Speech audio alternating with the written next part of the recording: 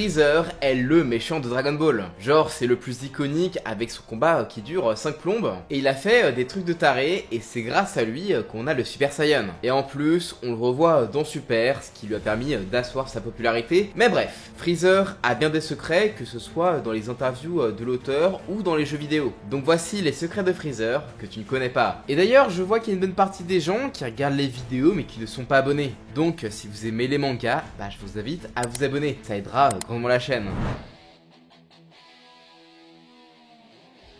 Alors en vrai, on sait pas grand chose sur la famille et la race de Freezer dans le manga et l'anime. On sait juste qu'ils ont la capacité de survivre dans l'espace et que Freezer et son père gèrent l'univers en famille. Et d'ailleurs en fait, la race de Freezer a même pas de nom en fait, contrairement aux Namek ou aux Saiyan. Alors ok, dans la version anglaise de Dragon Ball Xenoverse, il appelait les démons du froid. Sauf que c'est pas présent autre part. Sauf dans le fan manga Dragon Ball Multiverse qui est quand même assez populaire et dont je vais vous parler un jour. Mais pour le reste, elle s'appelle juste la race de Freezer. Sinon, on sait juste que Freezer et King Cole sont méga forts, même s'ils sont dépassés par les Kaioshin et Majin Buu. Et pour Cooler, en fait, on n'apprend pas grand chose dans son film. Mais on en apprend un petit peu plus dans les interviews sur la race au global. Et Freezer et son père sont en fait des exceptions et sont considérés comme étant des mutants. Ce sont les seuls à avoir un niveau de puissance anormalement élevé et d'être autant cruels. Et d'ailleurs Freezer est celui qui a clairement le plus de potentiel. Ça veut dire que la race de Freezer est plutôt normale en fait. C'est juste que la plupart qu'on voit sont des antagonistes. Que ce soit dans Super avec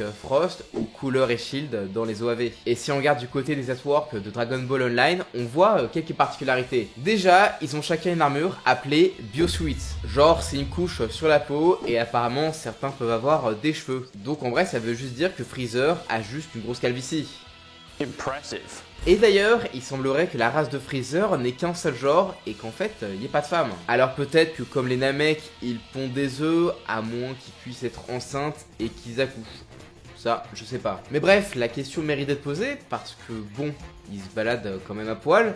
Et en fait, ils auraient un spécial au milieu quoi. Alors peut-être que c'est caché sous leur armure. Mais c'est important vu que Freezer a un fils. Alors bon, pas la peine de chercher dans le manga ou l'anime vu qu'en fait, il apparaît dans un autre manga d'Akira Toriyama. C'est Nekomajin, la suite de Dragon Ball. Et c'est vraiment une énorme parodie. Genre, tout le monde peut être un Super Saiyan, comme le Saiyan Oignon qui est juste gros et moche. Et même Nekomajin, qui n'est pas un Saiyan, peut avoir cette transformation. Et suite à son combat contre Nekomajin, Onion a le seum et appelle l'homme le plus fort de l'univers, Kuriza. Et il se fait vraiment pas respecter vu qu'un personnage va voir un dessin animé au lieu de regarder le gros combat entre Nekomajin et Kuriza. Et sinon Nekomajin pète, il en a absolument rien à foutre. Kuriza il est vénère et il veut se battre le lendemain, sauf qu'en fait Nekomajin il peut pas. Donc en fait, il fait de la pêche. Du coup, c'est reporté et Kuriza et Onion n'ont pas d'endroit où dormir. Alors, ils dorment chez Nekomajin. Et ils jouent au foot avec les autres, comme quoi il est pas si méchant. Mais bon, cherchez pas trop la logique dans la timeline de Dragon Ball, vu qu'en fait, Vegeta, qui a déjà le Super Saiyan, travaille encore chez Freezer. Et il regrette d'être dans un fan manga. Et on peut voir également Goku et sa famille après la fin de Dragon Ball Z.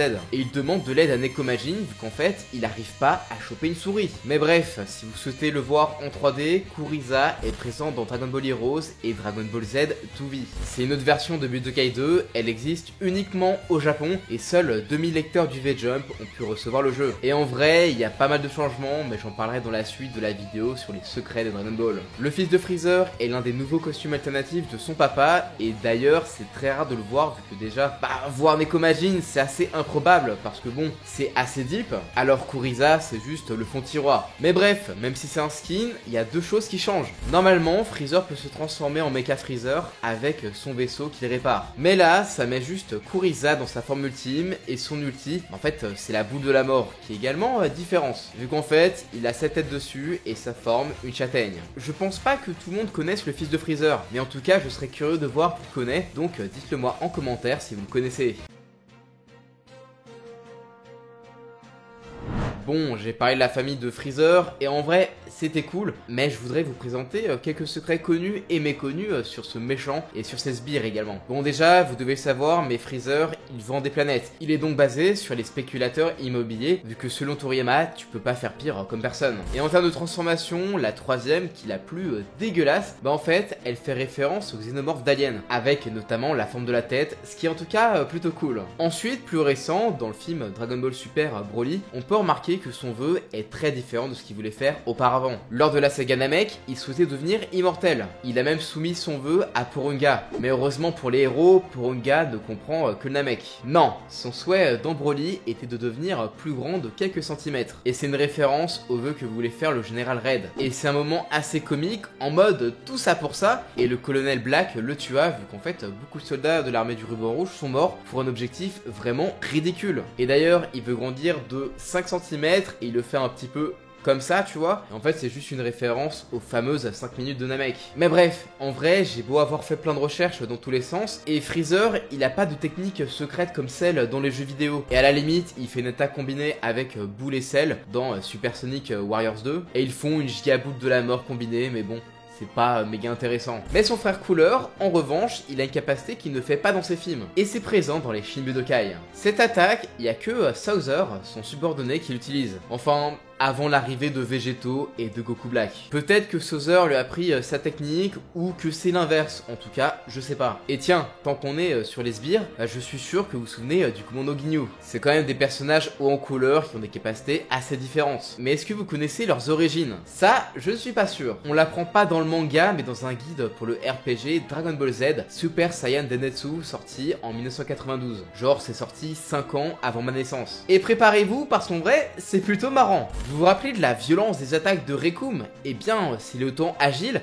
c'est parce qu'il a fait de la danse classique. Jis était un lanceur pour la petite ligue galactique, c'est pour ça qu'il a développé sa Crusher Ball. Guldo en revanche, c'est un vrai gamin parce qu'il utilisait ses pouvoirs psychiques pour soulever les jupes des filles et pour choper tous les jouets qu'il voulait. Et ensuite, on a l'origine la plus stupide que j'ai jamais vue avec Butter, qui est méga rapide parce que sa maman le giflait s'il faisait pas les tâches ménagères ou s'il préparait le repas en retard. Il a donc augmenté sa vitesse. Et concernant Ginyu, quand il a appris quel était son pouvoir, il a échangé de corps avec l'enfant le plus riche de la classe, ce qui l'a rendu populaire, mais il s'est rendu compte que c'était superficiel et que c'était mieux d'être reconnu pour sa puissance. D'ailleurs, dans l'image, il est sous-entendu que son apparence violet sur son enveloppe originelle. Mais on a appris bien plus tard que le corps qu'on connaît, en fait, c'est pas le sien de base. Vu qu'il a volé ce corps à quelqu'un d'autre, comme on peut le voir dans une illustration de Toyotaro. Et cherchez pas à savoir qu'est-ce qui ressemblait de base, en vrai, on sait vraiment pas à quoi il ressemble, et si ça se trouve, c'est même pas le premier corps de Ginyu.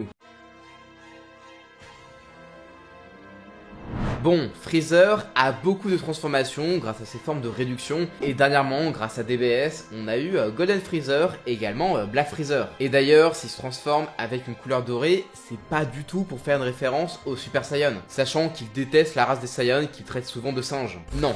L'or a été choisi parce que ça représente les premiers prix, et concernant la forme Black, bah c'est juste une référence aux cartes de crédit vu qu'en fait la carte noire est meilleure que la carte Gold. Mais Freezer a deux transformations grâce aux jeux vidéo. Mais bon, je vais pas trop vous parler des basiques avec le mode vilain, super vilain et Majin parce que ça arrive sur d'autres personnages comme par exemple Cell. Mais ici, on va parler des vraies transformations de Freezer. Et je commence avec sa forme ultime. Et je parle pas de sa forme à 100% avec ses gros muscles qui est présenté dans les jeux comme étant sa forme la plus puissante vu que Mecha Freezer est souvent considéré comme étant un autre personnage. Et sa forme 100%, c'est pas un boost ou une nouvelle transformation. Il utilise juste sa puissance à 100%, vu que dans sa forme de base, il est à 70% de sa force, contrairement à Cooler, qui lui a une transformation en plus et qui le rend bien plus puissant. Et dans le jeu Shin Budokai 2, quand on finit le mode arcade avec Cooler, il gagne le Tenkaichi Budokai et dit à Freezer: « Hey mec, vas-y, bats-toi avec moi maintenant que t'as atteint ta forme finale, mais avant, défonçons les Saiyans. » Et attends.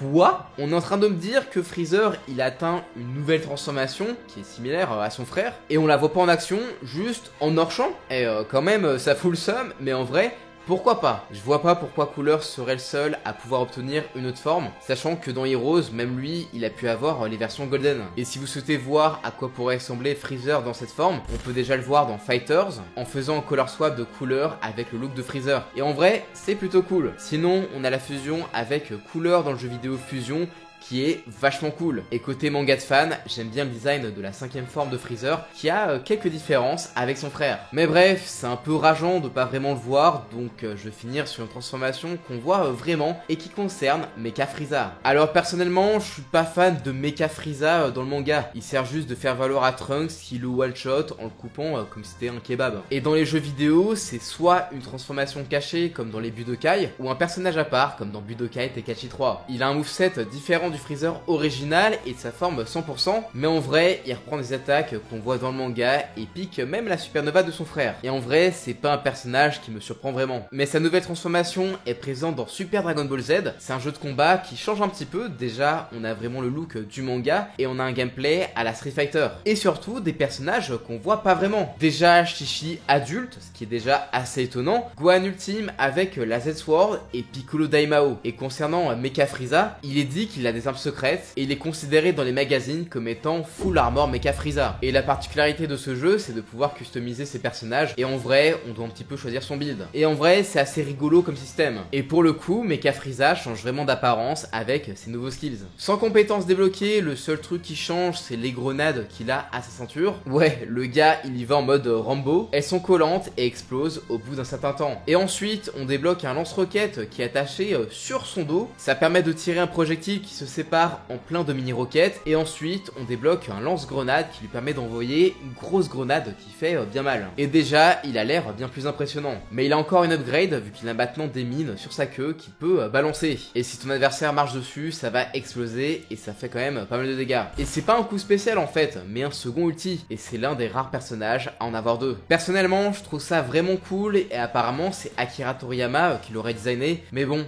j'ai juste l'impression que c'est juste des rumeurs parce que ça a été indiqué nulle part. Et en vrai, pour le coup, je le trouve vraiment différent du Freezer basique qui lui se bat vraiment avec la télékinésie. Et en vrai, ce cyborg Frieza, comme il appelle dans le jeu, bah il me fait un petit peu rire vu qu'en fait, il est dans la démesure. Et en vrai, je sais pas, je trouve qu'il a un flow de ouf et la piste de la technologie est intéressante pour le personnage, sachant qu'il est censé être augmenté. Et en vrai, j'y pense, il y a moins de choses farfelues qu'on peut trouver par rapport à la vidéo sur Cell. Et en vrai, je pense qu'il y a pas mal de différences vu que l'humain artificiel laisse quand même plus de mystère. Il a le potentiel d'avoir de nouvelles techniques vu qu'il a l'ADN de pas mal de personnages. Mais personnellement, mes secrets préférés, c'était le fils de Freezer ainsi que ses upgrades en tant que Mecha Frieza. Donc en vrai, dites-moi c'était quoi les trucs que vous avez découvert avec cette vidéo. Et j'aimerais savoir si ça vous tenterait que je fasse la même chose mais sur Boo. Bon par contre, je préviens, je risque de me répéter avec quelques secrets dont j'ai déjà parlé dans ma vidéo sur les secrets des jeux DBZ. Enfin bref, abonnez-vous pour d'autres vidéos de ce style et je vous dis à la prochaine.